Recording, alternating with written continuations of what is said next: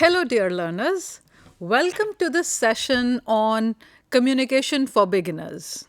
As I understand, a lot of you who are watching this video today have no underpinnings of communication. You have no prior knowledge of this, or if I say, maybe you do have the knowledge of it, but you have not noticed it in a way a communication learner or a communication expert would. So, welcome to this session. And in this session, we will be looking at certain theories of communication, which would include sociological, psychological, critical and cultural, and media society theories. The question is, why study theories? Media messages are bombarded on the audiences right from the beginning of the day. The moment you open your newspaper in the morning or when you start browsing through your phone, there are so many messages that are bombarded on you. It can be in the form of newspaper ads. It can be in the form of billboards and hoardings when you're, going to your workplace or your college or wherever. And then there are radio announcements. If you're going in your car, you usually have your radio on and you would listen to so many radio announcements going on. So right from the beginning of your day, you're bombarded exuberantly with so many media messages. Out of these, how do you know which ones to believe and which ones not to believe? Media dictates our choices. We will all understand that. Media is only covering what it thinks is best for us to know. So it is not covering everything. And then how it is being presented is also being dictated by the media. So obviously, media is dictating our choices. If that is true, they influence us within our personal realm, within our social realm, and within our cultural systems. So while we are being affected like that, this is the reason why we should be studying theories, because these theories tell us how media can affect us.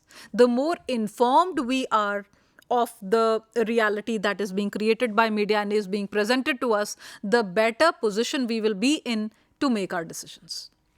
Let us first define what mass communication theory is. According to Barron is a great social scientist of mass communication. He said that mass communication theories are the explanations and predictions of social processes that draw a relationship between media messages and personal, social, cultural systems in the society. So ideally, a theory explains how things will go in case, a neighboring country is having a scenario of anarchy and the head of the state has been jailed. In such kind of a scenario, how the media will operate. All this is studied under media theories.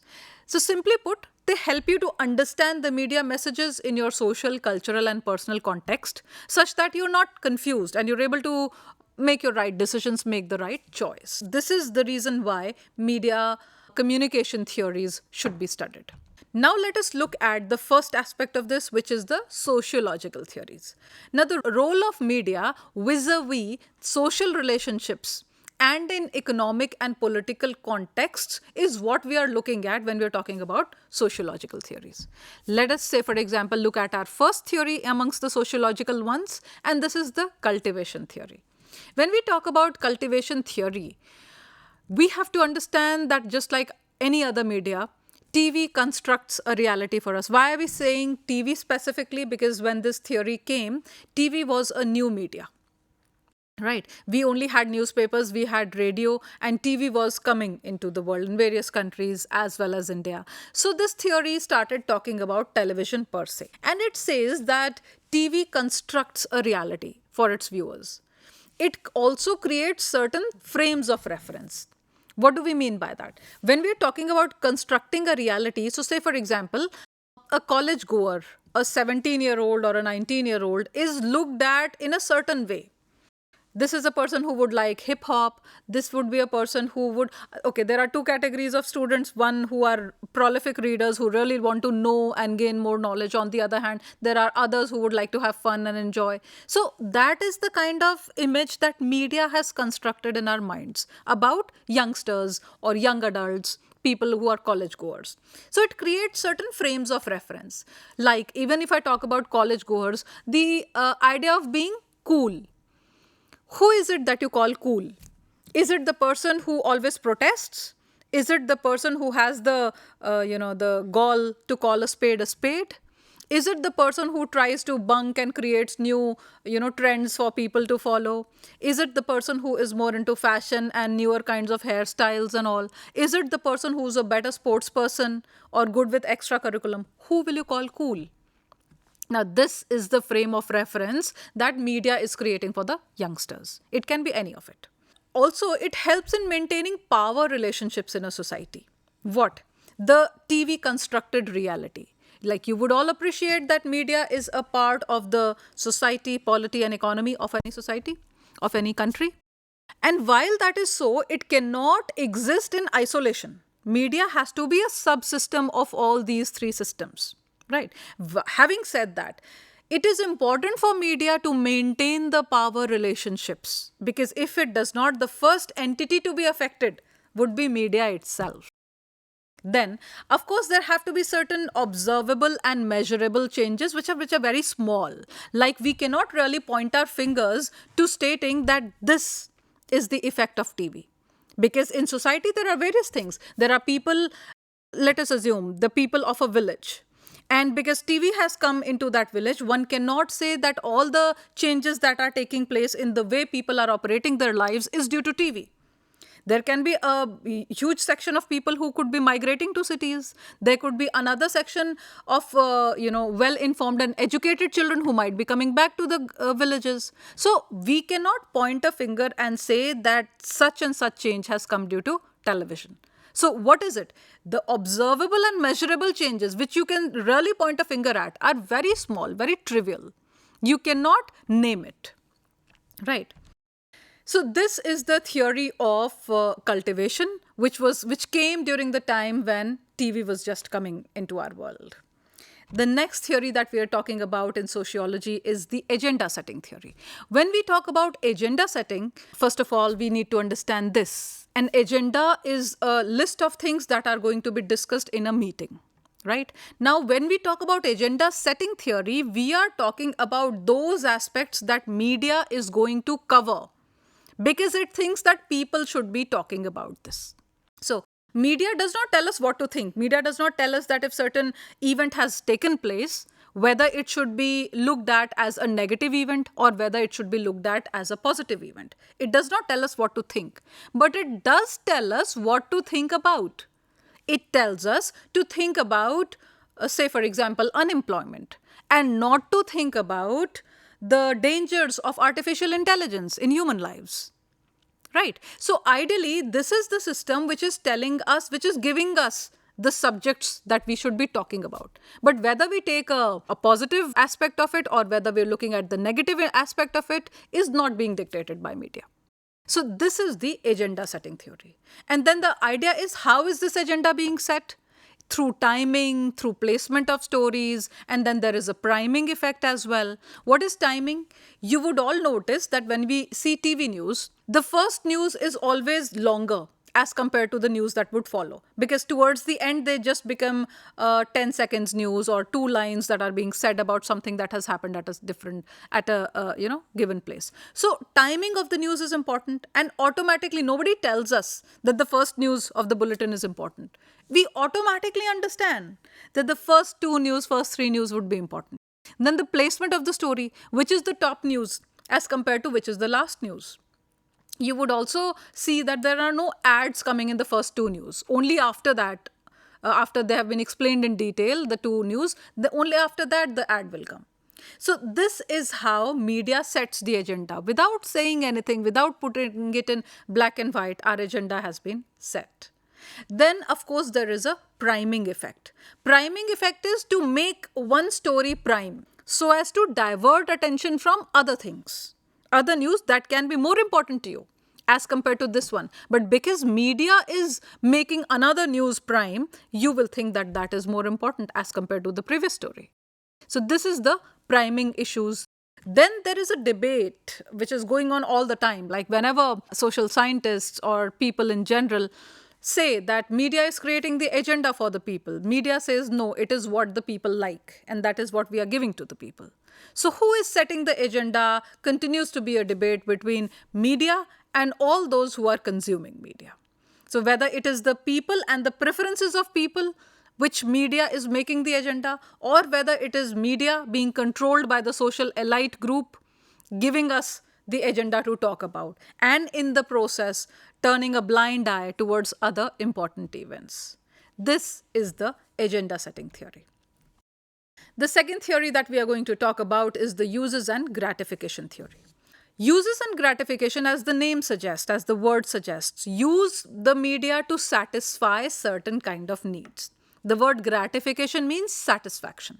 So use of media to satisfy certain needs is what is being implied here when we're talking about uses and gratification theory. So the effects of media are limited to what people want it to be. This theory too came during the time of limited effects, and it said that the media and its effects are limited to what the people want it to be. So say for example, if it is about buying a new car, you would like to look at the advertisements in the newspapers, on the TV, and do your own research to look at various priorities that you have and what kind of a budget you have, what kind of a car you'd like to buy.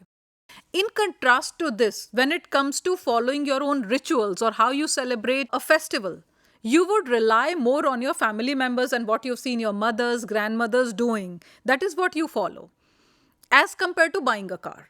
So this is what we mean when we say that the effects of media are limited to what users want it to be. So audience are more powerful than what the previous theory suggested.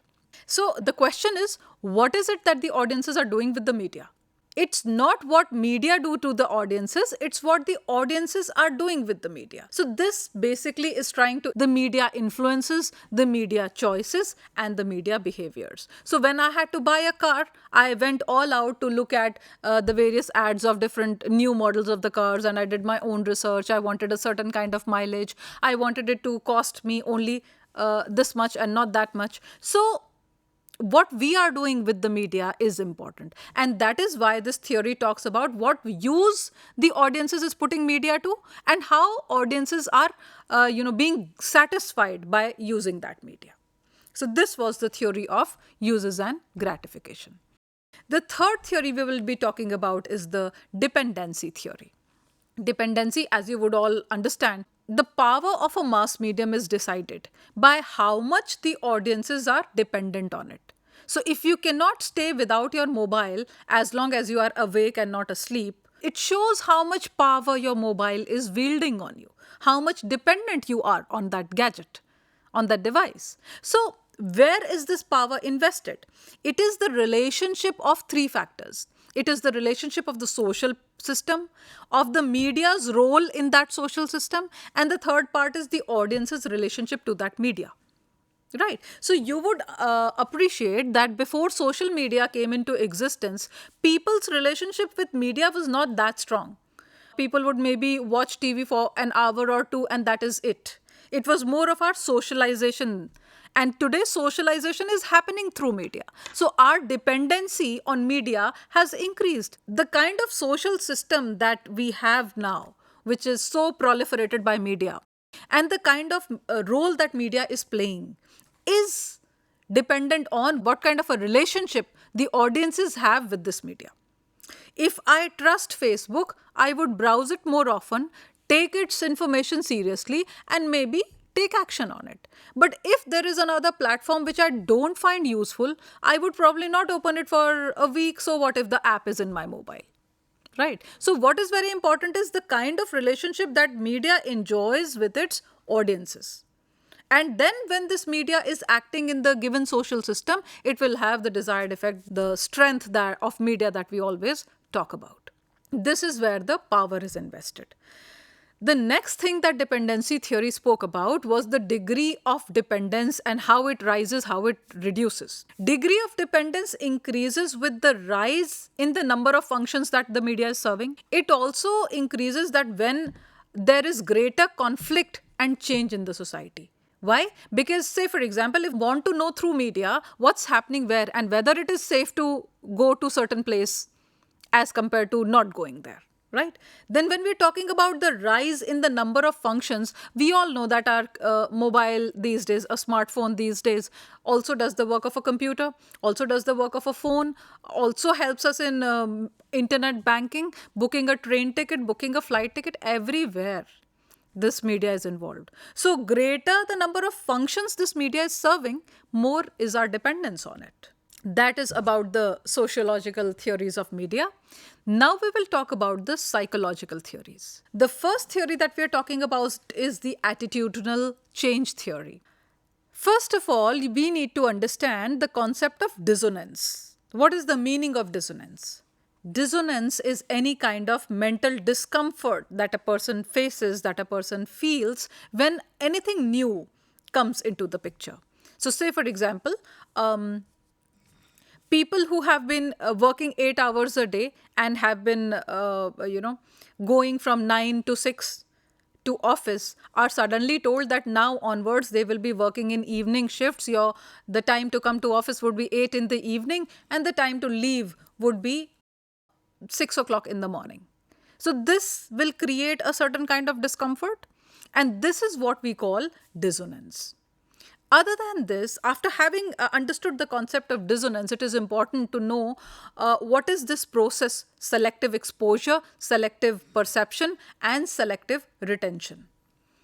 Selective exposure means that out of so much plethora of information that we have around us, we expose ourselves only to certain bits of information. We don't go through all the news in the newspaper. We don't look at all the channels, all the news channels on TV. So, selective exercise is done while picking what kind of information we want to put our energy to, what kind of information we want to put in our brain. This is called selective exposure. After we have exposed selectively to a certain kind of information, we also exercise perception on it. We will think about it. Right. So while we are thinking about it, there will be further lesser amount of information or news that we will put a thought into. Say, for example, you study 6 subjects in your school or college. And after that, at the end of the day, if somebody asks you what all subjects did you study, you may be able to name all 6. But if somebody asks you, can you tell me in maths what did you study today, and in English there would be some subjects that you would be able to explain more as compared to others. So this is called selective perception. Why? And what is this selective exposure or selective perception or even selective retention dependent on? It is dependent on the preconceived notions that a person has, about the preconceived values that a person has. So experiences, values, norms, everything that you have grown up with is going to decide what kind of a psyche you will have towards various events. So that is what helps you decide which event to choose and which event to expose yourself to, as compared to, and once exposed, how much time do you spend thinking on each of them. And then again, more narrow than this will be selective retention. Why? Because a week later, if I ask you in the last class, in the last week, on Monday, what did you study in maths or what did you study in English? This will be still very, very limited. Why? Because the information that is going to stay in your brain is going to be only that which you are going to be relating to. You will identify with. That is the only information that will stay in your brain. So these are the 3 selective processes which are a part of attitudinal change theory. The next theory that we will talk of is the reinforcement theory. We all understand that media is a subsystem and it is not capable of bringing about a change on its own. It depends on nexus of mediating factors. There are multiple factors that are into consideration. There are multiple factors that are acting. And there are influences like social and religious ones. All of them together decide what is getting reinforced in the minds of the audiences. Direct effects of media are seen only when the mediating factors are not operational or they are impelling a kind of change. So only when a change comes do we try to dig into the aspect of what is leading to the change. Right. Also, if the mediating factors are not operational, if whatever is leading a change is not operating well, then there will be a certain kind of disturbance, and then we will look back at why this kind of a change is happening. So mediating factors, it is important that they be operational, and then they should also impel a change. Now, this is the reinforcement theory. The next theory that we are going to talk about in psychological theories is persuasion and attitude. Now, this basically talks about those factors of psychology which decide how strong our attitude would be towards an idea or a concept or an individual or an institution, anything. Now, what are those factors? Those factors are belief, value, motive, attitudes, and behavior. Belief is the set of ideas that one may think to be true, like one may believe that there is God, but there is no evidence of someone having seen God. So that is a belief. Value is the merit or worth or usefulness of something. So the fact that people are honest is a value. They may choose to be dishonest, but the value system is such that they like to be honest, they like to exercise honesty in their day-to-day lives.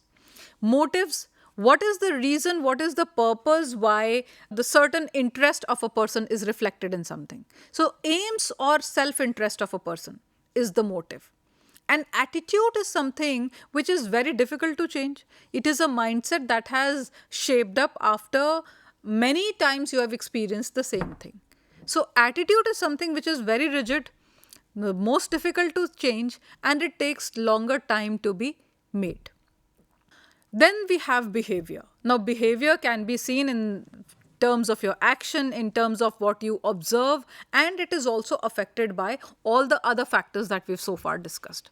So, persuasion and attitude, these are the 5 factors on which persuasion and attitude towards anything that media is exposing us to will depend. So, this is the persuasion and attitude theory.